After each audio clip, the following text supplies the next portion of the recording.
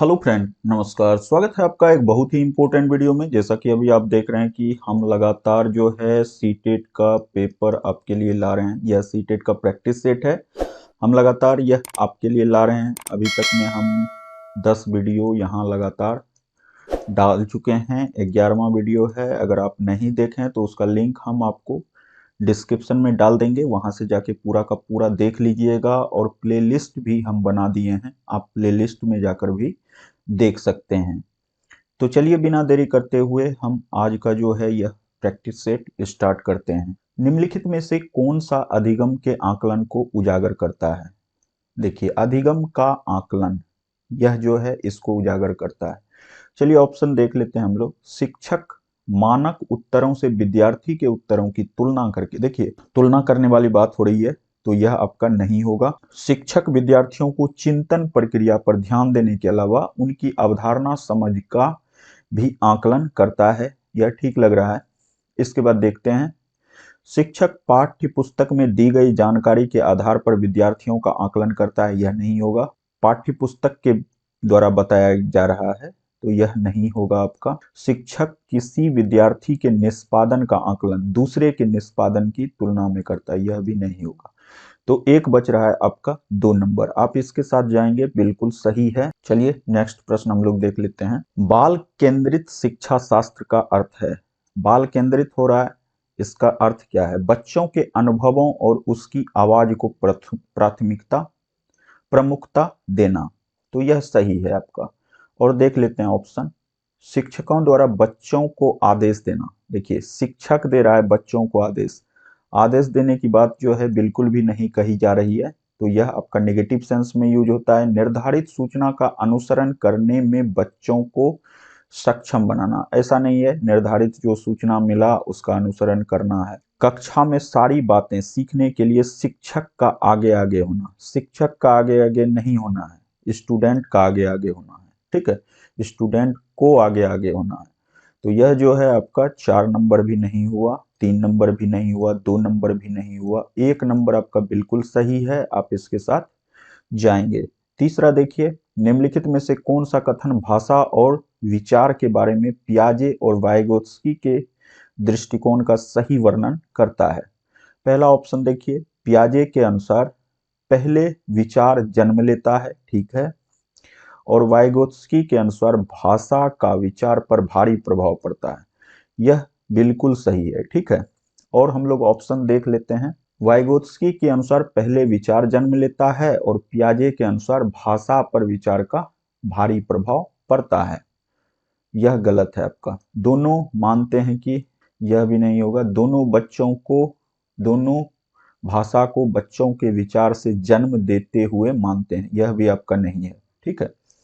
तो आप 1 नंबर जो है बिल्कुल उसके साथ जाएंगे, 1 नंबर जो है आपका 3 के 1 के साथ जाएंगे आप। 4 नंबर प्रश्न है, विद्यालय यात्रा पर जाने के लिए पोती को अपने पिता से बहस करते हुए देखकर दादी कहती हैं, ठीक है। पोती और पिता, मतलब कहने का मतलब है पिता और पुत्री जा रही है कहीं विद्यालय यात्रा पर, ठीक है। तुम अच्छी लड़की की तरह आज्ञाकारी क्यों नहीं हो, दादी का कहना। तुम लड़कों की तरह व्यवहार करोगी तो तुमसे कौन शादी करेगा, यह कथन निम्नलिखित में से है? देखिए सीधी बात है, यह रूढ़िवादिता है, ठीक है। निम्नलिखित में से किसको प्रतिबंधित करता है, प्रतिबिंबित करता है? तो देखिए, लड़कियां और लड़कों के स्वभाव के बारे में रूढ़िबद्ध धारणा, डायरेक्ट आप इसको टिक करेंगे, बिल्कुल सही है। लैंगिक समरूपता नहीं है, लड़की के लिंग की गलत पहचान नहीं है, बच्चों के पालन पोषण में परिवार की कठिनाइयां, यह भी नहीं है। आप 1 के साथ जाएंगे, बिल्कुल सही है, कहीं कोई दिक्कत नहीं है। दूसरा देखिए, नेक्स्ट प्रश्न, आकलन के बारे में निम्नलिखित कथनों में से कौन सा सही है? आकलन से विद्यार्थी को यह सहायता मिलती है कि वे अपनी शक्तियां और रिक्तियों को देख सकें और शिक्षक तदनुसार उसे ठीक कर सकें। यह जो है, यह पंक्ति जो है इसको निगेटिव सेंस में यूज करने के लिए कहता है, ठीक है। यह आपका इस सेंस में नेगेटिव है। आकलन तभी सार्थक होता है, देखिए तथ्य लिखा हुआ है, इसको आपको सही करना है, तभी यहां कर देना है। तभी सार्थक होता है होती है जब विद्यार्थी का तुलनात्मक मूल्यांकन भी हो। देखिए, तुलनात्मक मूल्यांकन की बात हो रही है, तो यह मेरे हिसाब से नहीं होगा। नेक्स्ट देखिए, आकलन केवल स्मरण शक्ति का ही नहीं, बोधन और अनुप्रयोग का भी होना चाहिए। आकलन तब तक उद्देश्यपूर्ण नहीं है, हो सकता, नहीं यहाँ है हो सकता, जब तक कि उससे भय और चिंता का संचार ना हो। ऐसा नहीं है, भय और चिंता होगा तो इससे जो है आप आकलन को सही नहीं कर पाएंगे। तो देखिए, यहाँ हम लोग देख रहे हैं कि देखिए, यह जो है आपका आकलन से अभ्या विद्यार्थियों को यह सहायता मिलनी चाहिए कि वे अपनी शक्तियां और रिक्तियों को देख सकें और शिक्षक तदनुसार उन्हें ठीक कर सकें। देखिए, यहाँ हम गलत थे, शिक्षक तदनुसार उन्हें ठीक कर सकें, मतलब शिक्षक जो है यहाँ सहायता कर रहे हैं। इस केस में आपका यह सही है, ठीक है। आकलन केवल स्मरण शक्ति का ही नहीं, आकलन जो है केवल स्मरण शक्ति का ही नहीं, बल्कि बोधन और अनुप्रयोग का भी होना चाहिए। यह सही है आपका, दो इसमें सही है, ए और सी। देखिए, यहां तुलनात्मक मूल्यांकन की बात हो रही है, यह तो नहीं होगा आपका, और यह डी भी आपका नहीं होगा। भय और चिंता का हो रहा है, तो ए और सी पर आप जाएंगे। 4 नंबर बिल्कुल सही है। तो आपको प्रश्न को थोड़ा सा पढ़ना चाहिए, क्योंकि देखिए, कभी कभी यह होगा कि आपका कॉन्सेप्ट जो है वहां डगमगा जाएगा, लेकिन फिर भी जो है अगर पूरी तरह से कॉन्सेप्ट को देखे रहेंगे और एक बार जो है ऑप्शन को देखेंगे, तो ऑप्शन से भी आपको बहुत चीज समझ में आ जाएगा, ठीक है। तो लगातार सेट प्रैक्टिस से यह चीज होती है। जैसे अभी हम लोग लगातार सेट प्रैक्टिस कर रहे हैं, तो बहुत सारी चीजें जो है हम लोगों को समझ में आ रही है। तो इसी तरह से लगातार अभी जब तक एग्जाम नहीं हो जाता, हम लोग इस पर प्रैक्टिस करेंगे। तो देखिए, 6 नंबर है शिक्षा का अधिकार अधिनियम 2009। 2009 जो है के अनुसार विशेष आवश्यकता वाले बच्चों को पढ़ाना चाहिए। विशेष आवश्यकता वाला बच्चा है, उसको पढ़ाना चाहिए, खास तौर पर उन्हीं के लिए बनाए गए विशेष विद्यालय में। ऐसा नहीं है, देखिए, घर पर माता पिता और देखभाल करने वाले के साथ जो उन्हें आवश्यक सहायता उपलब्ध कराएं, ऐसी बात नहीं है। समावेशी शिक्षा व्यवस्था में इस प्रावधान के साथ कि उनकी व्यक्तिगत आवश्यकताओं की पूर्ति की जा सके। देखिए, समावेशी शिक्षाओं के विषय में जो है हम पहले भी सेट में प्रैक्टिस कर चुके हैं, उसमें जो है इस तरह का प्रश्न आ चुका है कि विशेष आवश्यकताओं वाले बच्चे जो भी हैं, समावेशी शिक्षा व्यवस्था में उसका प्रावधान है, उसके अनुसार उनकी व्यक्तिगत आवश्यकताओं की पूर्ति भी वहां होती है, ठीक है।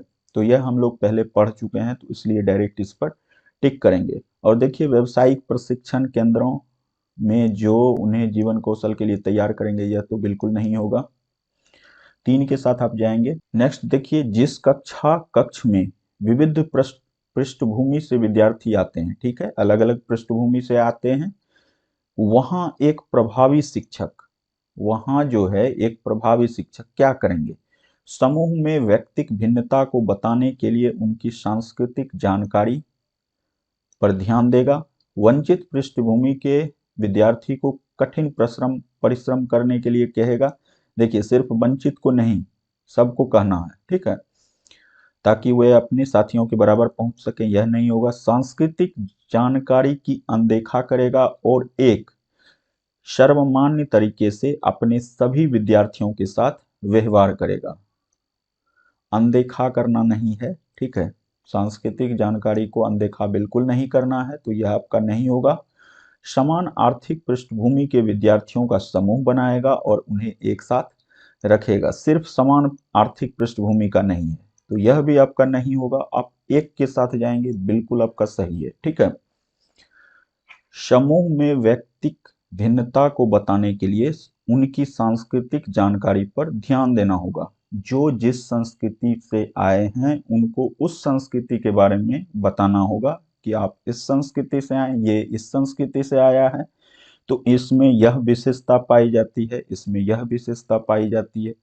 उनके जितने भी पॉजिटिव गुण हैं, उससे जो है उस व्यक्ति में, उस स्टूडेंट में क्या क्या भिन्नता पाई जाती है, इसको बताना है। ठीक है, तो यह बिल्कुल सही है।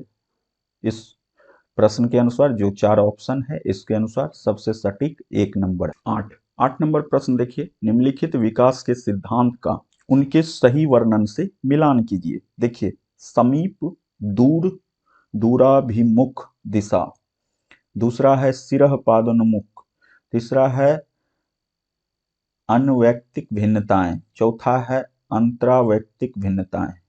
अब इधर देखिए वर्णन क्या है, विभिन्न बच्चे भिन्न भिन्न दर से बढ़ते हैं। सिर से पैर की दिशा क्रम, देखिए सिरह पदाभिमुख, इसके साथ इसको करेंगे डायरेक्टिक। सिरह मतलब सिर से पैर की दिशा, यह बिल्कुल सही है। अब देखिए यहाँ समीप दूराभिमुख दिशा है दिया हुआ, मतलब समीप से दूर, नजदीक से बहुत दूर, मतलब सरल से जटिल, सरल से कठिन। देखिए सरल से जटिल की ओर, तो इसके साथ हम लोग जाएंगे पहले यहाँ। ठीक है, तो 1 का आपका हो गया 5। देखिए 1 का 5 कहाँ है, 2 नंबर में। ठीक है, और दूसरा देखते हैं बी का 2 कहाँ है, बी का 2 इसमें है, तो बाकी 2 तो इसमें ऑटोमेटिक हो जाएगा आपका, यह सही है। अब सी के साथ 1 को मिला देंगे, सी जो है इसके साथ 1 को, और डी के साथ 3 को, डी के साथ 3 को। तो यह आपका देखिए, जरूरी नहीं है सब आप जानते हैं, 4 में से अगर 2 भी जानते हैं, 3 भी जानते हैं, तो उसको इस यहाँ मिलान कर लीजिए। अगर आपको लगता है सही है तो डायरेक्ट उस पर टिक करेंगे। तो सिर्फ हम लोग यहाँ 2 को मिलाए, पहला और दूसरा, बाकी जो है इसमें अपने ऑप्शन में देखिए आपको यह है ही नहीं कहीं और, तो डायरेक्ट वहाँ टिक करेंगे। तो यह जो है इस तरह के प्रश्न के लिए लाभकारी होगा। चलिए नेक्स्ट प्रश्न देखते हैं। संज्ञान और संवेग के बारे में निम्नलिखित कथनों में से कौन सा कथन सही है? संज्ञान और संवेग एक दूसरे से स्वतंत्र प्रक्रियाएं हैं। संज्ञान और संवेग परस्पर जुड़े हैं और एक दूसरे को प्रभावित करते हैं। यह सही है आपका, इसके साथ आप चले जाइए। संज्ञान संवेग को प्रभावित करता है, किंतु देखिए नहीं करता है, दोनों का यहाँ अलग अलग चीज है। संवेग संज्ञान को प्रभावित करते हैं, किंतु देखिए ऐसा नहीं है, दोनों परस्पर जुड़े हुए हैं और एक दूसरे को प्रभावित करते हैं। डायरेक्ट आप इसके साथ जाएंगे, 9 का 2 आप टिक करेंगे। 10 नंबर देखिए, विविध शिक्षार्थियों वाली एक समावेशी कक्षा में सहयोगी अधिगम और समवयस्कों से सीखना। ठीक है, यह क्या है, सक्रिय रूप से निरुत्साहित किया, नहीं होगा डायरेक्ट। केवल कभी कभी, केवल कभी कभी भी नहीं होगा। सक्रिय रूप से प्रोत्साहित, देखिए प्रोत्साहन हो गया, यह पॉजिटिव है, जिससे समय समवयस्कों की स्वीकार्यता बढ़े। देखिए स्वीकार्यता बढ़ना, यह भी पॉजिटिव सेंस में है। तो देखिए यहाँ 2 पॉजिटिव है, यह सब नेगेटिव हो गया, कार्यान्वित नहीं किया जाना चाहिए, क्षमताओं के अनुसार अलग अलग, यह भी आपका नहीं होगा। तो आप 3 के साथ जाएं, बिल्कुल सही है। तो 10 का 3 आपके लिए सही है। आप लगातार अगर सेट प्रैक्टिस करेंगे तो इस तरह से आप ऑटोमेटिक प्रश्न से जो है अपना आंसर छांट सकते हैं, अलग कर सकते हैं, कहीं कोई दिक्कत नहीं होगी। लगातार यह सेट प्रैक्टिस से ही संभव हो पाता है। ठीक है, तो चलिए हम लोग आगे बढ़ते हैं। एक शिक्षिका अपनी कक्षा में विविधता को संबोधित कर रही हैं, भिन्नताओं को स्वीकार करके और उसे महत्व देकर। यह एक सही है, यह पॉइंट सही है। और देखते हैं कौन सा पॉइंट सही है यहाँ।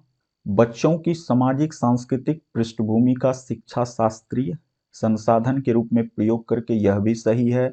विभिन्न अधिगम शैली को समायोजित करके, यह भी सही है। मानक निर्देश देकर, निर्देश देना नहीं है, निष्पादन हेतु सर्वमान्य मानक दंड निर्धारित करके नीचे दिए गए, नहीं नहीं यह नहीं है आपका, मानक निर्देश देकर।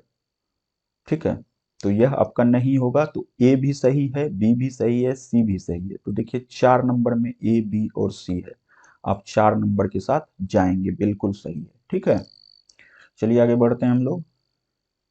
कोई शिक्षिका अपनी कक्षा में फर्नीचर की तीखी धार वाले किनारे को रुई से ढका रखने को कहती हैं और छुओ तथा अनुभव करो वाले सूचना पट्टों का उपयोग करने को कहती हैं। वह किस वर्ग के विशेष शिक्षार्थियों की आवश्यकता पूरी करने का प्रयास कर रही है। देखिए, टच करना, टच करके कौन सीखता है? तो यह आपका जो है दृष्टि विकलांग अभ्यर्थी, जिनके की आंख में दृष्टि नहीं है, जो देख नहीं पाते हैं, तो वो स्पर्श से कोई चीज का अनुभव करते हैं। तो छुओ तथा अनुभव करो विशेष रूप से इनके लिए है, ठीक है। दृष्टि विकलांग के लिए 2 के साथ आप जाएंगे। प्रतिभाशाली बच्चों के लिए सबसे अच्छे शैक्षिक कार्यक्रम वे होते हैं जो प्रत्यास्मरण के द्वारा ज्ञान की प्रवीणता पर बल देते हैं। प्रवीणता पर बल देना यह नहीं होगा आपका। उन्हें अधिगम के न्यूनतम मानकों तथा काम करने को प्रेरित करने के लिए उपहार और पुरस्कारों का उपयोग करते हैं। देखिए, यहाँ जो है उपहार और पुरस्कार की बात हो रही है, तो यह तो आपका नेगेटिव सेंस में यूज होता है, पहले ही आपको पता है, तो यह भी आपका नहीं होगा। उनके चिंतन को प्रेरित, बिल्कुल चिंतन, जो उनका अंदर से भावनाएं उठ रही है किसी भी चीज को लेकर, किसी भी क्वेश्चन, कोई दृश्य देखा बुक में या कहीं देखा तो उस पर सवाल जो मन में उठता है, चिंतन जो होता है, उसको प्रेरित कर उन्हें विविध विचारों में व्यस्त रहने के अवसर देते हैं। देखिए, यहाँ व्यस्त रहना जो है आपका नेगेटिव सेंस में नहीं हो रहा है, क्योंकि कह रहा है उन्हें विविध विचारों में व्यस्त रहने का अवसर देते हैं। तो व्यस्त रह रहे हैं वे अपने चिंतन को प्रेरित करके, ठीक है। तो यह पॉजिटिव सेंस में यहाँ है, ठीक। तो यह चीज आपको समझना होगा। आप 3 के साथ जाएं, बिल्कुल सही है। उनके आक्रामक व्यवहार, यह तो बिल्कुल नहीं होगा। तो यहाँ 3 के साथ जाएं। विद्यालयों में विद्यार्थियों की असफलता के बारे में निम्नलिखित में से कौन से सही हैं? असफलता की बात हो रही है। विशेष जाति समुदाय से संबंधित विद्यार्थी असफल होते हैं? नहीं। असफलता के लिए सही है तो विशेष जाति से ही सिर्फ है तो वो असफल नहीं होंगे, ऐसा बात नहीं है, वो भी सफल होते हैं। विद्यार्थी विद्यालयों में असफल होते हैं क्योंकि उन्हें अधिगम के लिए उपयुक्त पुरस्कार नहीं दिए जाते। देखिए, यह बात सही है। अगर विद्यार्थी सफल हो रहे हैं, ठीक है, असफल होते हैं, तो असफल अगर हो रहे हैं, उनको यह बताना है कि कहाँ आप किस कारण से असफल हो रहे हैं, ठीक है। तो उसमें जो है सुधार उनको खुद के लिए प्रेरित करना है, वह पुरस्कार जो है के रूप में हो सकता है, ठीक है। लेकिन पुरस्कार यहाँ नेगेटिव सेंस में नहीं आ रहा है, तो इसके साथ आप जाएंगे क्योंकि यह असफलता के लिए सही है, ठीक है। अब देखिए तीसरा कथन, सी नंबर, विद्यार्थी असफल होते हैं क्योंकि शिक्षण उस तरीके से नहीं किया जा रहा है जो उसके लिए सार्थक हो। यह सही है, ठीक है। तो बी और सी सही है, ए नहीं होगा। और डी देख लेते हैं, विद्यार्थी असफल होते हैं क्योंकि विद्यालय व्यवस्था प्रत्येक विद्यार्थी की आवश्यकता और अभिरुचि का ध्यान नहीं रखती। देखिए, प्रत्येक विद्यार्थी का जो है अभिरुचि और आवश्यकता, यह थोड़ा मुश्किल है ध्यान रखना, ठीक है। इसलिए इस पर आप नहीं जा सकते हैं। तो 2 और 3, बी और सी। देखिए, बी और सी कहाँ है? 3 नंबर में है, आप इसके साथ जाइए, सही रहेगा। इसके हिसाब से देखिए, प्रश्न का कैटेगरी चेंज हो सकता है, लेकिन कॉन्सेप्ट अगर आपके पास रहेगा तो आप प्रश्न को इजी वे में हल कर सकते हैं। यहाँ हम कॉन्सेप्ट की सहायता से हल किए हैं, ठीक है।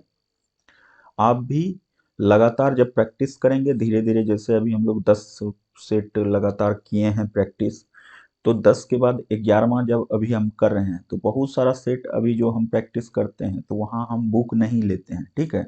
बिना बुक के ही अभी हम आपको सारी बातें, सिर्फ जो है प्रश्न रहता है आगे में और हम डायरेक्ट जो है उसको सही करते जाते हैं। और बाद में वीडियो अपलोड करने से पहले एक बार मिला लेते हैं कि सही है या नहीं है, तो वहाँ देखते हैं कि पूरा का पूरा सही हो जाता है। तो इस तरह से आप लोग भी कोशिश कीजिए, आप लोगों का भी सही हो जाएगा, ठीक है। 2 विद्यार्थी एक ही अवतरण को पढ़ते हैं, ठीक है। एक अवतरण दिया गया, दोनों विद्यार्थी पढ़ रहे हैं, फिर भी इसके बिल्कुल भिन्न अर्थ लगाते हैं। अलग अलग उनका सोचना है उस अवतरण के विषय में। उसके बारे में निम्नलिखित में से क्या सत्य है? संभव है क्योंकि शिक्षक ने अवतरण को समझाया नहीं है, यह बात नहीं है। संभव नहीं है और विद्यार्थी को उसे दोबारा पढ़ना चाहिए। देखिए, अवतरण कोई भी रहता है उसका देखिए सोचने का तरीका अलग होता है। हर एक स्टूडेंट का माइंड सेट अलग रहता है, वह किस तरह से सोचता है, कैसे चिंतन करता है। ठीक है, संभव है क्योंकि व्यक्ति के अधिगम को विविध कारण विविध विधियों से प्रभावित करते हैं। सही बात है, अलग अलग विभिन्न विधियां हैं उसके। तो विद्यालय विद्यालय का जो माहौल रहता है, किसी विद्यालय का अलग माहौल रहता है, किसी विद्यालय का अलग माहौल रहता है, तो सब जगह समझने की अपनी अलग अलग कैटेगरी होती है। ठीक है, तो वह यहाँ सही है। तो आप 3 के साथ जाएंगे। 4 संभव नहीं है क्योंकि अधिगम आशय अर्थ लगाना नहीं है। संभव नहीं है क्योंकि अधिगम का आशय अर्थ लगाना नहीं है, ऐसा नहीं है। ठीक है, तो यह आपका नहीं होगा। 3 के साथ जाइए, बिल्कुल सही है। राष्ट्रीय पाठ्यचर्या के रूपरेखा 2005 के अनुसार अधिगम अपने स्वभाव में, देखिए अधिगम की बात हो रही है, तो स्वभाव में एक यहाँ डॉट है, डैश है, यहाँ डैश है। तो दोनों पॉजिटिव पहले हम लोग देख लेते हैं कहाँ है। एक है निष्क्रिय और एक है सरल। देखिए निष्क्रिय निगेटिव हो गया, तो पहले हम लोग इसको हटा देते हैं। ठीक है, अब देखिए सक्रिय जो है यह पॉजिटिव है और सामाजिक पॉजिटिव है। तो देखिए एक यह जो है दोनों पॉजिटिव है, तो इसको पहले अलग रख लेते हैं। अब देखिए निष्क्रिय है, यह निष्क्रिय है, नहीं होगा। एक सामाजिक है, यह पॉजिटिव है। तो देखिए यहाँ एक नेगेटिव है, एक पॉजिटिव है। अब देखिए सक्रिय, यह आपका पॉजिटिव है और सरल पॉजिटिव है। तो देखिए पहले हम लोग 2 पॉजिटिव वाला आ गया है, 2 और 3 में से उत्तर होगा, यह 2 नहीं होगा आपका। ठीक है, 1 3 नहीं होगा, 2 4 में कौन सा होगा, चलिए देख लेते हैं एक बार फिट करके। राष्ट्रीय पाठ्यचर्या की रूपरेखा 2005 के अनुसार अधिगम अपने स्वभाव में सक्रिय होता है, सक्रिय और क्या होता है, सक्रिय और सामाजिक होता है, सरल नहीं होता है। अधिगम जो है बहुत सरल नहीं है। ठीक है, वह सामाजिक होता है। सामाजिक क्यों होता है कि अधिगम को जब समाज के हिसाब से, परिवेश के हिसाब से जोड़कर पढ़ा जाता है, तो उसका जो है अधिगम सफल होता है। ठीक है, तो इस तरह से हम लोग 2 के साथ अगर जाएंगे तो यह बिल्कुल सही है, और यह आपका रूपरेखा 2005 के अनुसार है। ठीक है, यह सरल वाली बात उसमें नहीं बताई गई है, उसमें बताई गई है सामाजिकता की बात, समाज के साथ, परिवेश के साथ। क्योंकि बच्चा जो जन्म लेता है वह समाज में जन्म लेता है, परिवेश में जन्म लेता है, और वहीं से उसका विकास स्टार्ट होता है। ठीक है, तो आज हम यहीं तक रहने देते हैं, कल फिर एक नए सेट के साथ आपके सामने आएंगे। ठीक है, तब तक के लिए अपना ख्याल रखिए, खुश रहिए, बाय बाय, जय हिंद।